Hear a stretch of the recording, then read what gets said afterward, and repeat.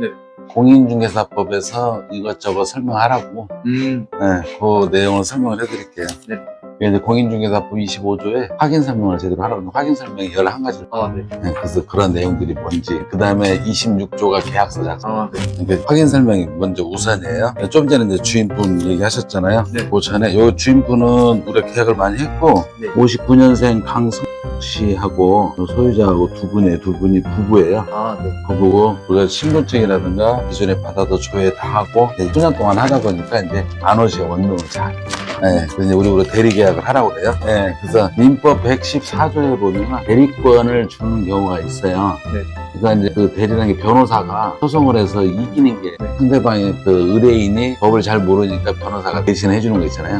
네. 그걸 민법 114조에 의한 대리권이라고 얘기를 하고, 네. 그 다음에 부동산 계약에 관한 한 일반인들이 잘 모르잖아요. 그러니까 중개사가 나서가지고 그래서 대리계약을 하는 경우가 있어요. 중요한 게 보증금이 300만 원이잖아요. 제일 중요한 게 보증금 300만 원도 사람에 따라서 작다면 크고 작다면 작는 건데, 일단은 어떤 사람은 부자산이 전재산일 수도 있어요. 네. 그래서 대항력을 갖춰야 돼요. 그 대항력을 갖추는 요건이 뭐냐면 오늘 계약을 하고 잔금을 치르고 점유를 해야 돼. 이사를 해야 돼. 그리고 전입신고를 하게 되면 전입신고를 마친 다음 날부터 다음 날 0시부터 대항력. 지금 전세 사기 이런 문제들이 이런 것들을 잘 갖추지 않고 지키지 않아가지고 사기를 많이 많았어요. 그리고 이제 문제는 뭐냐면 집값이 1억인데 전세를 한 7천만 원에 들어가야 돼. 7천만 원에 안 들어가고 1억이나 1억 3천에 들어가니까 집값이 예를 들어서 한 2천만 원 떨어지면 집값은 8천만 원이죠. 돈은 1억이나 1억 3천이 들어갔는데 다 못 받는. 근데 한 IMF 때도 그렇고 한 30% 그러니까 세입자가 많잖아요. 전 보증금을 다 포함하고 내 보증까지 포함해서 임대까지 다 포함해서 70%를 넘지 않으면 안전해요. 그 대신 전입신고를 한다든가 이런 것들을 잘 갖춰야 돼요. 그 대항력을 요건을 갖추는 게 두 가지라고 그랬죠. 주택을 인도를 하고, 이 인도라는 게 잔금을 치르고 이사를 한다는 얘기예요. 인도라는 건 받아도 내가 입주를 하니까 이런 물건은 내가 받아서 가지고 있잖아요. 이런 동사는 부동산은 움직이질 않잖아요. 내가 들어가야 되잖아요. 그래서 부동산이 움직이질 않아서 그 전입신고를 하면 오늘 전입신고를 했다 그러면 오늘 밤 24시가 내일 0시죠. 내일 축구 우리 지금 김결성 하잖아요. 6일 밤 12시가 맞아요. 7일 밤 0시가 맞아요. 7일 밤 0시.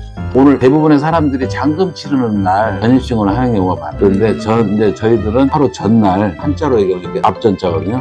하루 전날 주소 이전을 하라고 그러거든요. 그럼 잔금 때 등기부등본을 딱 떼와서 이상이 없다. 그러면 잔금을 딱 치르고 키를 딱 받는 순간 대항력이 그때부터 발생이 돼요. 근데 잔금날 전입신고를 하게 되면은 이사하고 나서 그 다음날부터 대항력이 발생이 되잖아요. 오늘 잔금 치르고 헤어지면서 주인이 융자를 받아버리잖아요. 그럼 순위가 밀려버려요. 그래서 하루 전날 하라고 그러는데. 그래서 이 대항력이라는 게 뭐냐면 현재 소유자가 강승 씨하고 조수 씨예요.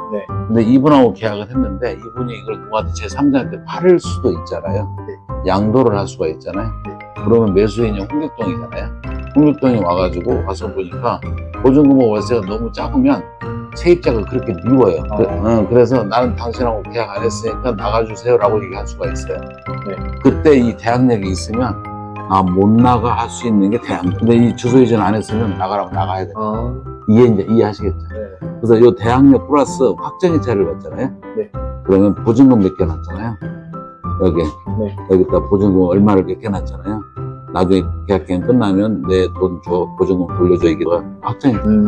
이해하셨죠?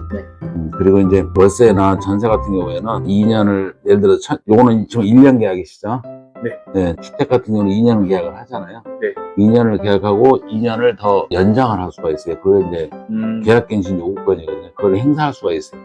2020년 7월 31일 날 법이 개정이 되면서 그렇게 됐어요. 요런 거 뭐 월세를 밀리는 게 2달 정도 있다든가 뭐 요런 내용들이 있으면 그 계약갱신 요구권을 행사할 수가 없어요. 그렇게 되고요. 중요한 거는 여기는 이제 지방세 저번에 저희 다 확인했고요. 그 다음에 이제 계약이 끝나기 옛날에 6개월 전부터 한 달 전까지 다 계약을 연장하겠습니다. 재계약을 하겠습니다. 이렇게 임차인이나 임대인이 서로 얘기를 해야 되는데 서로가 말이 없으면 그냥 재계약한 것으로 봐버려요. 근데 옛날에 6개월에서 한 달 전까지였었는데 2020년 그 12월 10일 날 법이 개정이 되면서 2달 전까지 얘기를 해야 돼요. 그러니까 한 4개월 정도 기간이 되죠. 만기 6개월 전부터 만기 2개월 전까지. 예를 들어서 만기 한 달만 남겨놓고 얘기를 했다.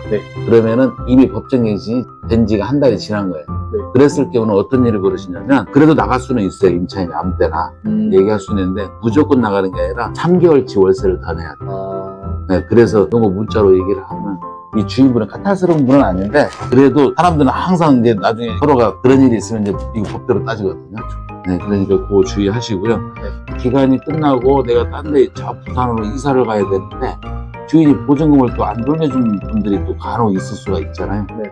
그러할 경우에는 주소를 떼기 전에 임차권 등기명령을 신청을 하면 요 강제로 요 갑구 있죠. 여기 소유권에 관한 사항이거든요. 요 갑구에 임차권 등기명령 해가지고 우리 선생님 이름이 딱 들어가요. 네.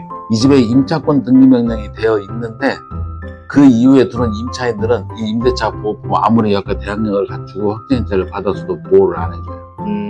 그러니까 어떻게 되겠어요? 부동산들이나 누가 봤을 때 임차권 등기명령 돼 있네? 그럼 우리 선생님을 반드시 부르지. 먼저, 그래서 잠금날 부르든지 서류 다 가져오세요. 이 임차권 돈 줄 테니까 이렇게 만들어주죠. 아, 이해하시죠? 보증금 벌었어요. 네, 네. 그렇게 하시면 돼요.